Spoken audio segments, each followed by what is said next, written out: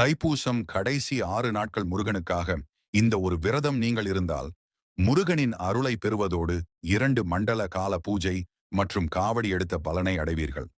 உங்களுக்கு முருகப்பெருமானை பிடிக்கும் என்றால் ஓம் சரவணபவ கந்தா போற்றி என்று கூறி ஓம் ஸ்ரீ கந்தகுரு சேனலை சப்ஸ்கிரைப் மற்றும் லைக் செய்து கொள்ளவும். நீங்கள் எப்படிப்பட்ட வேண்டுதல் வைத்தாலும் சரி, இந்த மிளகு விரதம் இருந்தால் கட்டாயம் அது அடுத்த 48 நாட்களில் முழுமையாக நடக்கும். இதை போன வருடம் நான் வேண்டியது எனக்கு அனைத்தும் நடந்துவிட்டது. ஜனவரி 26ஆம் தேதி தொடங்க வேண்டும் உங்களின் விரதத்தை.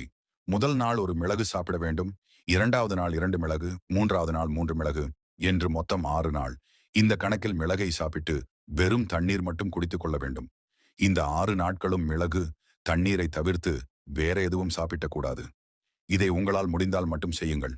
இல்லை என்றால் 6 நாள் பழங்கள் சாப்பிட்டுக் கொண்டு விரதம் இருந்து கொள்ளுங்கள்.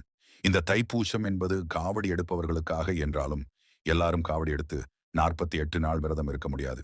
கடுமையான விரதம் இது. இதை முருகன் அருள் இருந்தால் மட்டுமே வைக்க முடியும். இதை செய்தால் கட்டாயம் அடுத்த 7 நாளிலேயே நீங்கள் வேண்டிய காரியங்கள் நடக்க ஆரம்பிக்கும். 48 நாட்களில் வேண்டியது முழுமையாக நடந்துவிடும்.